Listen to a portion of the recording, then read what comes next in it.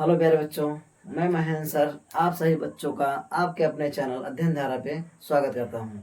जैसा कि बच्चों आप जानते होंगे कि हम आपको एनसीईआरटी क्लास 10th की क्या पढ़ा रहे थे, एनसीईआरटी पढ़ा रहे थे। और क्लास 10th की एनसीईआरटी में आपको हम 2 चैप्टर वेल कंप्लीट करवा चुके थे।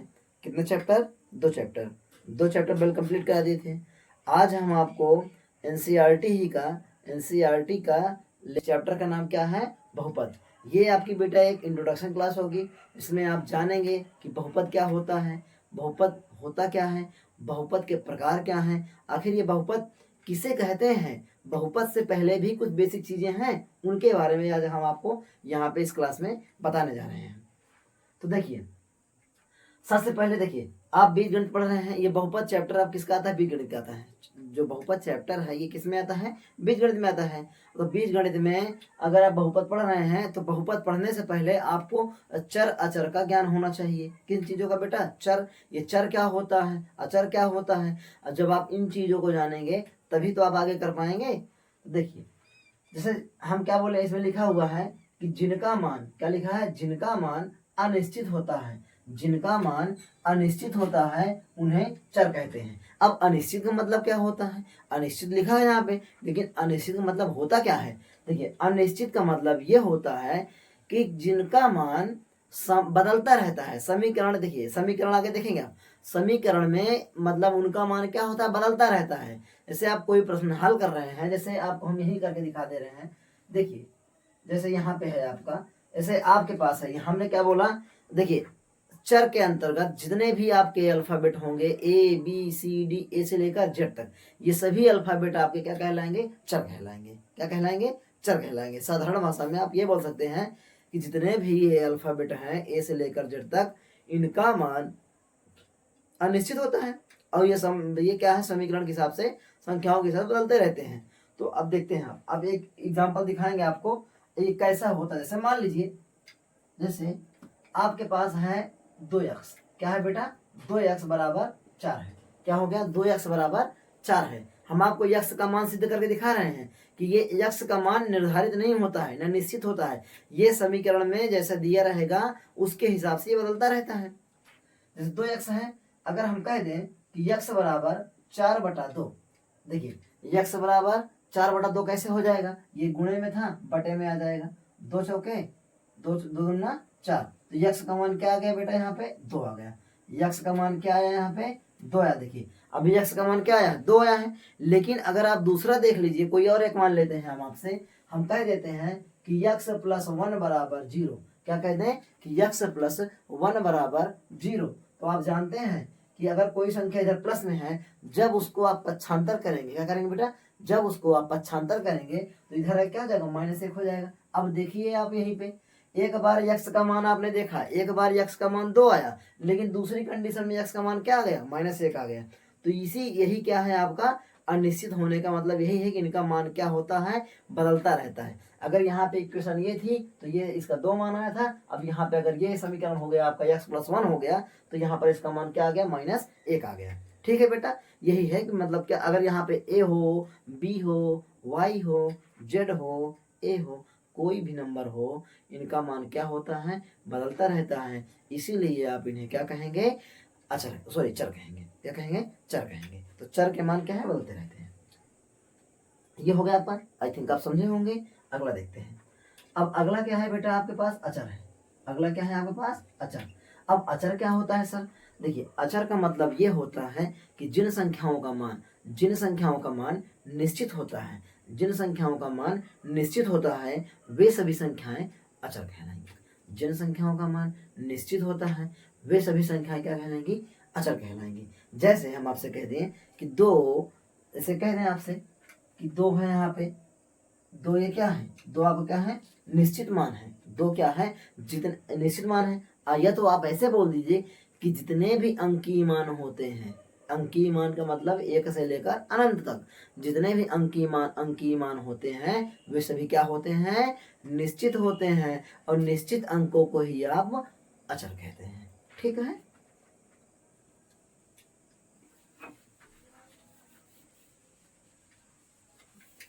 अब आगे देखेंगे आप लोग। देखिए, 2 चीजें आप समझ गए होंगे। अब तीसरी चीज देखिए, अब इसके बाद चर अचर हो गया। तो देखिए बीज गणित में चर अचर बहुत मोस्ट होता है, और अचर को आप संख्या भी कहते हैं, अचर को आप क्या कहेंगे, संख्या भी कहते हैं। इसके बाद क्या है बेटा, ये पद आखिर क्या है, ये पद आखिर किस चिड़िया का नाम है, इसको भी देख लेते हैं हम लोग। देखिए क्या लिखा है इसमें, जिसमें एक चर और एक अचर हो, जिसमें एक चर हो और एक अचर हो उसे ही क्या कहेंगे आप, पद कहते हैं। और कैसे, जैसे 4a हो गया, क्या हो गया, 4a हो गया, 2x हो गया, 4y हो गया, 5y हो गया। ऐसे देखिए, ऐसे हम यहाँ पे लिख दे रहे हैं कि 5y, तो 5 क्या है आपका, अचर है, और y क्या है, चर है। तो एक अचर एक चर दोनों मिलके जो बनाते हैं उसी को आप क्या कहेंगे, पद कहेंगे। एक चर और एक अचर जब दो चीजें होती हैं उसी को आप क्या कहते हैं, पद कहते हैं। ठीक है बेटा। अब देखिए चर हो गया, अचर हो गया, पद हो गया। अब हम लोग चलते हैं बहुपद के पास। किसके पास चल रहे हैं हम लोग, बहुपद के पास। अब ये बहुपद क्या होता है, अब ये बहुपद क्या है, देखिए आपने पद समझा, पद क्या होता है, जिसमें एक अचर हो एक चर हो, एक अचर एक चर मिलके क्या बनाएंगे, आपके बहुपद बनाते हैं। एक चर और एक चर मिलके एक चर और एक अचर मिलके क्या बनाएंगे, पद बनाएंगे, और पदों से ही आपका बहुपद का निर्माण होता है। ठीक है, पदों से जो पद मिलके बनते हैं वही क्या बनाएंगे, बहुपद बनाएंगे। देखिए आप लिखे हैं आपको, पदों से मिलकर, जब पदों से मिलकर ही क्या बनता है, बहुपद बनता है। पदों से मिलकर ही, पदों से मिलकर ही, पदों से मिलकर ही बहुपद बनता है, पदों से मिलकर ही बहुपद बनता है। या तो आप ये कह सकते हैं, तीन से अधिक, अब तीन से अधिक पदों को मिलाकर जो आपका एक पद बनेगा उसी को आप बहुपद कहेंगे। तीन से अधिक पदों से मिलकर, तीन या तीन से अधिक पदों से मिलकर जो पद बनेगा उसी को आप बहुपद कहेंगे। ठीक है, तीन या तीन से अधिक हो। अब देखिए इतना समझ गए होंगे कि बहुपद किसे का, देखिए सबसे पहले पद बताएं आपको, फिर बहुपद क्या होता है कि तीन या तीन से अधिक पद से मिलकर जो बनता है उसी क्या बोलेंगे आप, बहुपद बोलते हैं। अब दूसरी बात, बहुपद आखिर देखिए बहुपद के प्रकार कितने हैं, बहुपद के प्रकार कितने हैं, बहुपद के, देखिए बहुपद कितने प्रकार के होते हैं, तीन प्रकार के होते हैं। बहुपद कितने प्रकार के होंगे, तीन प्रकार के होंगे। बहुपद कितने प्रकार होते हैं, तीन प्रकार के। जैसे पहला क्या है, एक पदी, क्या होता है, एक पदी। एक पदी में क्या होता है बेटा, देखिए एक पदी का मतलब ये होगा, एक पदी का मतलब ये होता है,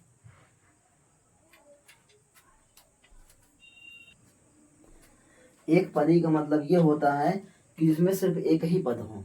एक पदी का मतलब क्या होगा, एक पदी का मतलब होता है जिसमें सिर्फ एक ही पद हो। जैसे इसमें देखिए 3x है, अगर हम आपसे कह दें 4x क्या है, एक ही पद है।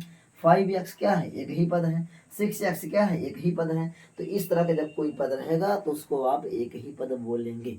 ठीक है, अब थोड़ा सा और इसी में आप डीप जाएंगे कि जैसे अगर बेट कह दें आप सर, जैसे मान लीजिए आपके पास 2x है, क्या है, 2x है प्लस 3x है, इतना है, ये है।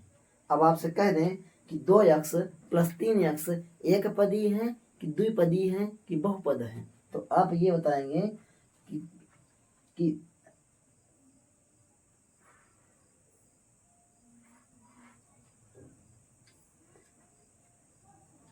जैसे कह दें आपसे कि 2x प्लस 3x क्या है, 2x प्लस 3x। अगर आपसे कह दें कि 2x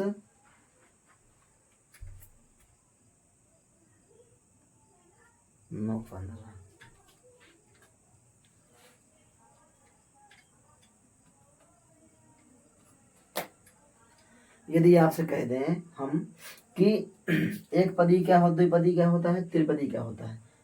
देखिए एक पदी का मतलब ये होगा जिसमें सिर्फ एक ही पद हो, लेकिन एक पद में आप ये भी देखेंगे, जैसे देखिए 2x है यहाँ पे क्या है, 2x है और प्लस क्या है, 3x है। तो देखिए क्या ये दोनों के चर मिल रहे हैं, क्या दोनों के चर मिल रहे हैं। अगर बेटा दोनों के चर मिल रहे हैं तो ये दोनों को आप जोड़ देंगे, और इसी को आप बोलते हैं, थोड़ा सा एक चीज और जान लेंगे आप, इसी को आप बोलते हैं सजाती पद। अगर दो पद सजाती हैं, यदि दो पद सजाती हैं तो सजाती पद क्या होते हैं, आपस में जुड़ जाएंगे। तो ये दोनों पद क्या है, सजाती। सजाती का मतलब क्या होगा बेटा, अगर यहाँ पर x है तो यहाँ पर भी x है, जुड़ जाएंगे। अगर यहाँ पे x है यहाँ पे y है तो नहीं जुड़ेगा। तो अगर दोनों जगह x है इसका मतलब सजाती है, और दोनों जगह y है तब भी सजाती है। एक जगह x y है, एक जगह x y है तब भी सजाती है। अगर एक जगह y स्क्वायर, जैसे देख लीजिए, जैसे मान लीजिए y है और प्लस 9y स्क्वायर है, देखिए तो ये y है और ये y स्क्वायर है, तो अब ये सजाती नहीं है, ये विजाती है। और विजाती पद आपस में जुड़ा नहीं करते, ना ही घटा करते हैं। आपस में सिर्फ सजाती पद जुड़ते हैं या घटते हैं, विजाती पद आपस में जुड़ते घटते नहीं हैं। तो यहाँ पे ये क्या है, सजाती पद है, तो इसलिए ये क्या हो जाएंगे, दोनों जुड़ जाएंगे। अब जब ये जुड़ गए तो कितना हो गया, 5x हो गया। तो इसलिए आप इसको द्विपदी नहीं बोल सकते, ये आपका एक पदी ही होगा। ये क्या होगा, आपका एक पदी ही होगा, क्योंकि दोनों को आप जोड़ेंगे तो 5x आएगा। अगर यहीं पे बेटा अगर ये x स्क्वायर होता तब ये फिर एक पदी नहीं कहला के ये द्विपदी कहलाता। फिर कितने पदी कहलाता, द्विपदी कहलाता। ठीक है, आई थिंक आप लोग समझ रहे होंगे क्लास को अच्छे से। अब देखिए इसी में अगर थोड़ा सा और देख लेते हैं हम बेटा, आपको इतना डीप जाके इसलिए पढ़ाते हैं ताकि आपके दिमाग में कोई डाउट बचे ही ना। यक्स वाई ऐसे कर रहे हैं। अब आपसे यदि पूछ लें कि बताइए एक पदी है, द्विपदी है, बहुपदी है, एक पदी है, द्विपदी है कि बहुपदी है या त्रिपदी है। देखिए अगर इसको करेंगे आप, देखिए ऐसे तो आपको दिख रहा होगा 1 2 3, देखिए 3 नहीं है ये, आप इसको पूरे को मल्टीप्लाई कर लेंगे। आप इसको क्या करेंगे, पूरे को मल्टीप्लाई कर लेंगे, तो ये हो जाएगा बेटा, ये पूरा हो जाएगा आपका 5x y। ये क्या होगा, 5x y। तो आप इसको भी एक पदी ही कहेंगे। ठीक है, ये भी क्या है आपका, एक पदी ही है। ओके बेटा, अब देखिए बच्चों, ये समझ गए एक पदी। अब द्विपदी देखिए, आपको इसमें ये देखना है, अगर दो पद सजाती हैं तो उनको आप, अगर दो पद लिखे हैं और सजाती हैं और बीच में जोड़ का चिन्ह है, जोड़ का चिन्ह है या घटाने का चिन्ह है, तो आप उसको एक पदी ही कहेंगे। समझ गए होंगे आप, उदाहरण देकर समझा दिए हैं। और अगर कितने भी पद लिखे हों और बीच में सिर्फ गुणे गुणे का चिन्ह हो, तब भी आप उसको पूरे गुणा कर लेंगे और वो एक पदी ही कहलाएगा। क्या कहलाएगा, वो एक पदी ही कहलाएगा। अगर दो पद जुड़े हों और दोनों पद क्या हों, विजाती हों, या तीन पद हों तो तीन पद होगा, त्रिपदी होगा। और द्विपद अगर होगा और बीच में गुणे का चिन्ह ना हो, जोड़ या घटाने का चिन्ह हो, और दोनों सजाती ना हो के विजाती हों, तो आप उन्हें क्या कहेंगे, द्विपदी कहेंगे। क्या कहेंगे, द्विपदी। देखिए 4x है और ये 5 है, आप यहाँ पे 5x स्क्वायर भी कर देंगे तभी नो प्रॉब्लम, द्विपदी है। इसी प्रकार तीसरे देखिए त्रिपदी क्या होता है, एक हो गया 8x, एक हो गया 9y, एक हो गया 8, तो ये क्या होगा आपका, ये त्रिपदी कहलाएगा। और त्रिपदी में वही कंडीशन कि तीनों क्या होंगे, अलग अलग होंगे। यहाँ पे देखिए x है, यहाँ पे y है और यहाँ पे कुछ भी नहीं है, तो ये आपका क्या हो जाएगा, त्रिपदी हो जाएगा। ठीक है बेटा, इस प्रकार आपका इतनी चीजें समझ गए होंगे। देखिए अब हम लोग देख रहे हैं बहुपद में, अब जो है घात के आधार पर बहुपद कितने प्रकार के होते हैं। पहले आप लोगों ने देखा पदों के आधार पर बहुपद कितने प्रकार के होते हैं, जो करा चुके हैं। अब देखेंगे आप लोग कि घात के आधार पर बहुपद कितने प्रकार के होते हैं। देखिए सबसे पहले बहुपद की घात क्या होती है, बहुपद की घात, कि बहुपद की घात किसे कहते हैं आप, चर की सबसे बड़ी घात को, क्या लिखा है यहाँ पे, कि चर की सबसे बड़ी घात को बहुपद की घात कहते हैं। जैसे कोई चर है, यहाँ पे यही लिखा है, ये इसको छोड़ के आप यहाँ पे देख लीजिए, ऐसे एग्जांपल लेके बता रहे हैं। जैसे मान लीजिए कि 3x² + 4 ये हो गया, तो इसमें जो घात लगी, देखिए ये घात लगी है ना, तो यही जो सबसे बड़ी घात होगी इसी को आप क्या कहेंगे, बहुपद की घात कहते हैं। जैसे आप लिखा है चर की सबसे बड़ी घात को ही बहुपद की घात कहते हैं। और चर कौन है, आपको बताए हैं कि ये वाला क्या होता है, अचर होता है, और ये क्या होता है, चर होता है। ये वाला अचर होता है, ये वाला क्या होता है, चर होता है। तो क्या होता है, सबसे बड़ी घात को ही, बहुपद की सबसे बड़ी घात को ही आप लोग क्या कहेंगे, बहुपद की घात कहते हैं। जैसे इसमें है तो इसमें अगर कह दें आपसे कि बहुपद घात क्या होगी तो आप बोलेंगे 4, क्योंकि इसमें सबसे बड़ी घात क्या है आपकी 4 है। सबसे बड़ी घात क्या है यहाँ पे 4 है। जैसे यहाँ पे लिख दिया हमने कि 2 13x प्लस 4, तो अब इसमें बहुपद सबसे बड़ी घात क्या होगी 1 होगी। जहां पे कुछ नहीं होता वहां पे क्या होता है 1 होता है। ठीक, तो ये आप समझ गए होंगे कि चर की सबसे बड़ी घात को ही आप लोग क्या कहेंगे बहुपद। क्या कहते हैं बहुपद, बहुपद की घात। क्या बोलेंगे बहुपद की घात, चर की सबसे बड़ी घात। जैसे इसमें सबसे बड़ी घात क्या है 4 है, तो यही क्या हो गई बहुपद की घात हो गई। अगर ऐसे कह दिए हम आपसे y² प्लस 6y प्लस 6, तो यहाँ पे ये क्या है सबसे बड़ी घात ये 2 है, तो आप कहेंगे बहुपद घात क्या होगी 2 होगी। ठीक है, बहुपद घात क्या होगी 2 होगी। आप ये जो ध्यान से देखें, क्योंकि अभी चैप्टर में आपको सिर्फ यही बताना है। अब फिर क्या है बहुपद के प्रकार घात के आधार पर। जैसे आपने देखा था कि आप बहुपद पदों के आधार पर देखे थे, एक पदी, द्विपदी, त्रिपदी देखे थे। तो अब यहाँ पर आप देखेंगे कि बहुपद के जो प्रकार हैं वो घात के आधार पर कितने प्रकार के होते हैं। किसके आधार पर घात के आधार पर। तो बहुपद के प्रकार घात के आधार पर, किसके आधार पर घात के आधार पर 3 प्रकार के होते हैं। बहुपद के जो घात के आधार पर जो प्रकार होते हैं वो कितने प्रकार के होंगे 3 प्रकार के होंगे। कितने प्रकार के 3। जैसे पहला नंबर क्या है आपका, देखिए रैखिक बहुपद। ये रैखिक बहुपद क्या होता है, देखिए जिसकी घात 1 होती है उसी को आप रैखिक बहुपद कहेंगे।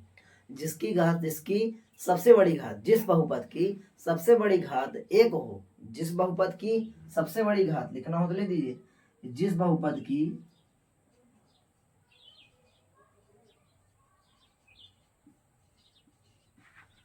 सबसे बड़ी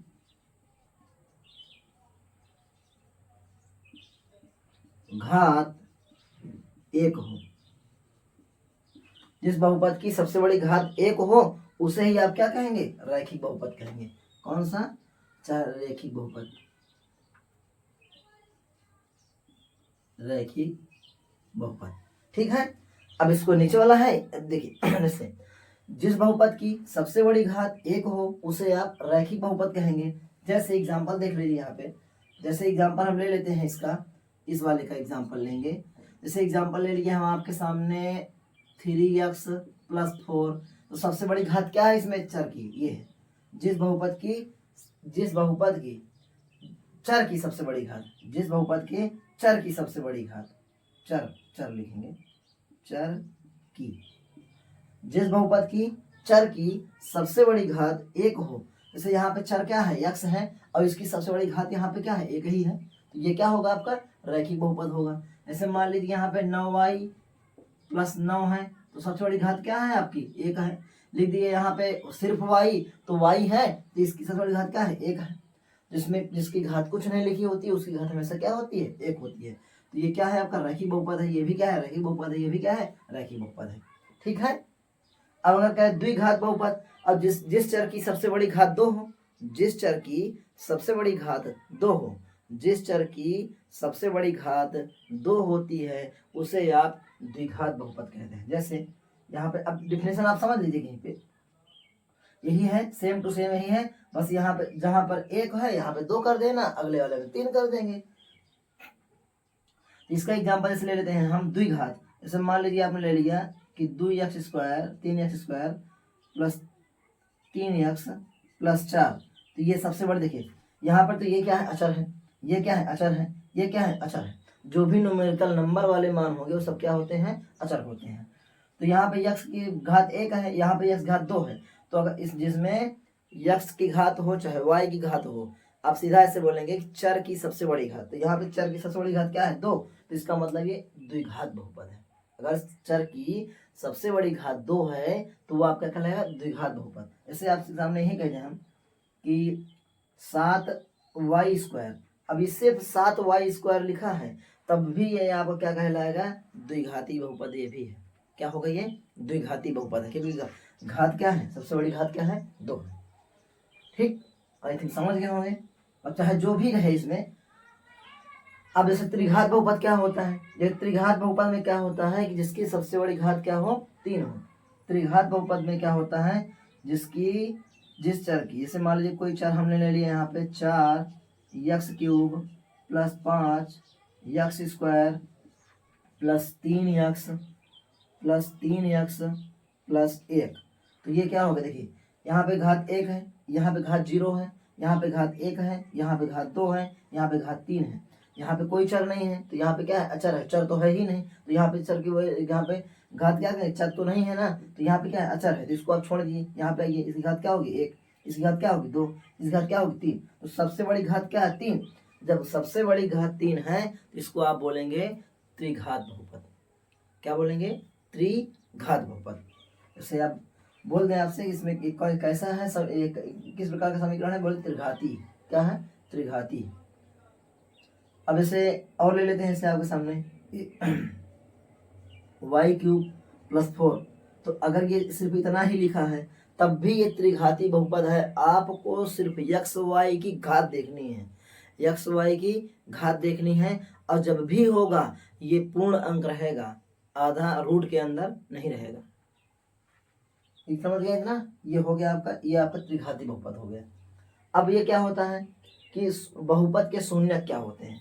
अब देखिए बहुपद के शून्य समझिए क्या होते हैं। बहुपद के शून्य, जैसे बहुपद का शून्य का मतलब ये होता है जब किसी भी बहुपद को आप हल करें, जब किसी बहुपद को आप हल करें तो उसमें जिस मान को रखने पर, उसमें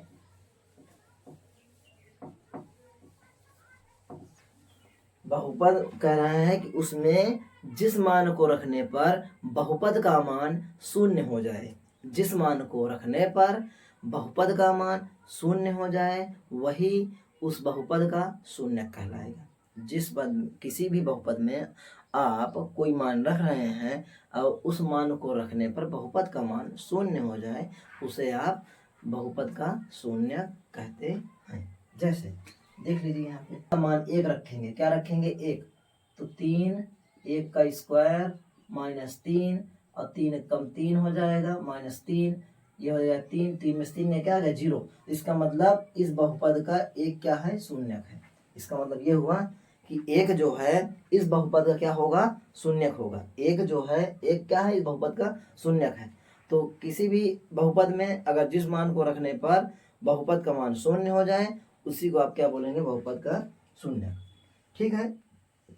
अब क्या है, शून्यकों की संख्या और शून्य की घात बराबर होती है। कह रहा है देखिए कोई भी समीकरण हो अगर उसमें आप उसको हल कर रहे हैं तो जितनी उसकी घात होगी उतने उसके शून्यक होंगे, जितनी उसकी घात होगी उतने ही उसके शून्यक होंगे। जैसे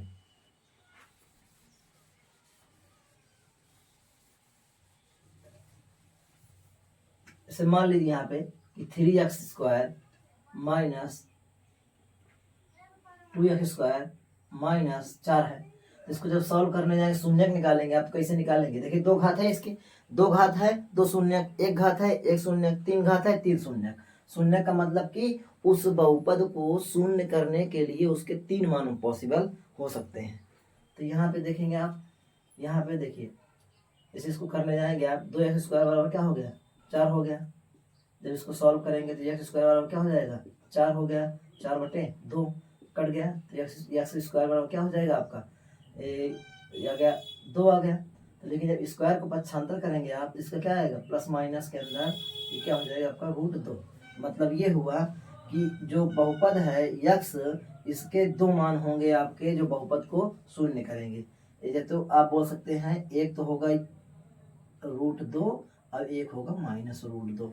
तो ये क्या होंगे, ऐसे 2 मान हैं जो बहुपद के मान को शून्य करेंगे। कौन से बहुपद के मान को, ये वाले बहुपद के मान को, क्या है 2x² - 4।